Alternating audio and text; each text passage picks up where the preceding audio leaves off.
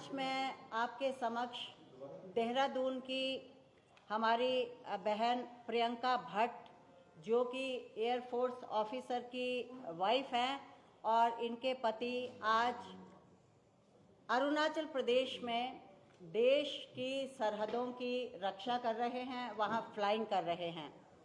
और प्रियंका भट्ट का यहाँ पर एक अपना रेस्टोरेंट है जिसका नाम है द हाउस ऑफ इंडल्जेंस। ये यहाँ पर पीड़ित हैं एक व्यक्ति के द्वारा।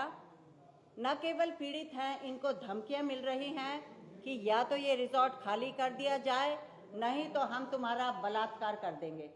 तो सरेआम जब इस प्रदेश में ऐसे गुंडागर्दी और गुंडा तत्व यहाँ पर इनको धमकी दे रहे हैं, जिनके पति आज देश की सरहदों की रक्षा कर रहे हैं, तो ये बहुत शर्मनाक बात है। और मैं आप लोगों के माध्यम से ये धामी सरकार तक भी ये मैसेज पहुंचाना चाहती हूं कि आप इन गुंडों को कंट्रोल कर लीजिए, और अगर आपसे ये गुंडे कंट्रोल नहीं होते हैं तो फिर कैसे गुंडे कंट्रोल करने हैं वो हम बताएंगे। तो पूरा जो केस है वो आप बीती अपनी प्रियंका भट्ट आपको सुनाएंगी। आप बताइए प्रियंका, कहाँ से स्टार्ट हुआ? मेरा जो रेस्टोरेंट है वो द हाउस ऑफ इंडल्जेंस, ये ओल्ड मसूरी रोड पर है। जिसको जब मैंने बिल्ड किया था 2.5 साल पहले, तो 1.5 साल मुझे इसको बनाने में लगा था। 1 साल से मैं इसको रनिंग उसमें लेकर के आई हूँ। अभी जब ये बहुत अच्छी प्रॉपर्टी बन गई है, तो अभी जो लोकल पार्षद है वहाँ के, उनका नाम है सुशांत सिंह बोरा, तो वो इसमें इंटरेस्ट शो कर रहे हैं अपना, और वो 3 बार आ चुके हैं वहाँ पर अपने लोगों को लेकर के, और आकर के वो बार बार स्टाफ को भी थ्रेटन कर रहे हैं और मुझे भी थ्रेटन कर रहे हैं। मुझे कह रहे हैं कि औरत ही तो हो, अपना पैसा, मेरे पास 2.5 साल और हैं एज पर एग्रीमेंट। हम एग्रीमेंट को नहीं मानते हैं, कोई एग्रीमेंट यहाँ पर नहीं होगा। दूसरा, ना ही कोई वकील को हम मानने वाले हैं, ना किसी कोर्ट के ऑर्डर को मानने वाले हैं।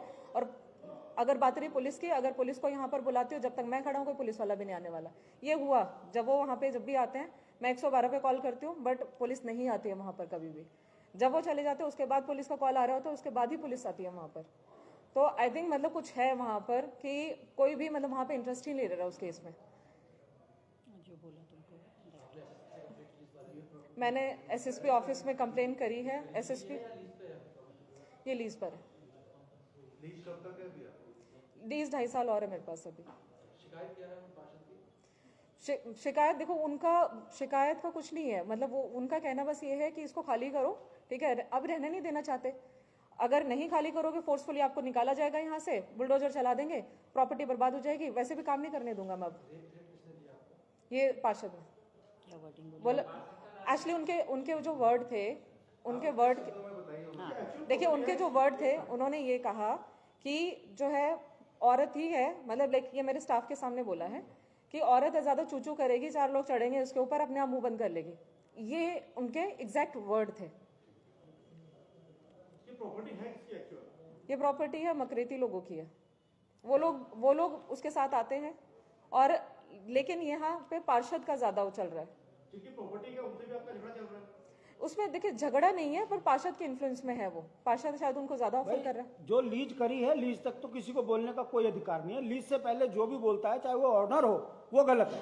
और जिस तरीके से दबाव देकर अगर वो किसी महिला को उत्पीड़न करता है, जैसे इनके शब्द हैं, ये तो बहुत ही शर्मनाक घटना है। इसका संज्ञान पुलिस पर जब इनके नॉलेज में है, तो पुलिस क्यों नहीं इस पर संज्ञान ले रही, ये सवाल है।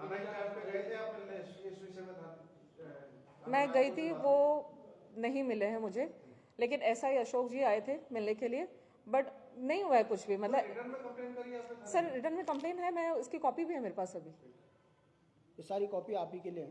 कुल मिला के बात वही है ना कि जो हम पहले से कह रहे हैं कि बिना पुलिस की मिली भगत के तो कुछ हो ही नहीं सकता।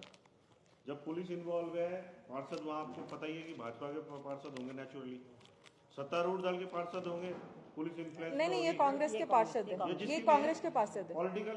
पॉलिटिकल मौजूदगी तो वहाँ पे है ही है। कुछ ना कुछ इन्फ्लुएंस है जिस वजह से वो किया जा रहा है। तो फिर हम देखते हैं एसएसपी और आईजी के पास हम अभी जाएंगे, पुलिस प्राधिकरण में भी हम जाएंगे, और फिर कोर्ट का भी हम रुख करेंगे। मैम, दोनों ही मामले इससे पहले जो आपने किया वो भी और ये भी, हाँ जी, दोनों ही पुलिस की कार्य प्रणाली पर सवाल उठाते हैं। जी। आपको लग रहा है कि उत्तराखंड पुलिस को कुछ और अपने में सुधार करने की जरूरत है? बिल्कुल सुधार करने की ज़रूरत है, क्योंकि आज पूरे प्रदेश में यहाँ के मूल निवासियों के साथ में जो भी अत्याचार हो रहे हैं, ये तो हम आपके सामने सिर्फ 2 केस लेके आए हैं। पूरे देहरादून से हमें कोई दिन ऐसा नहीं है जिस दिन हमारे पास खबर नहीं आ रही है या हमसे लोग हेल्प नहीं मांग रहे हैं। और ज़्यादातर उसमें ऐसे लोग हैं जो फौजियों की बीवियां हैं, जो यहाँ पर अपने बाल बच्चों के साथ रह रही हैं, अपने मकान की कंस्ट्रक्शन करवा रही हैं। गुंडा और जो ये भू माफियाज हैं वो आकर उनकी प्रॉपर्टीज में जबरदस्ती कब्जा कर रहे हैं।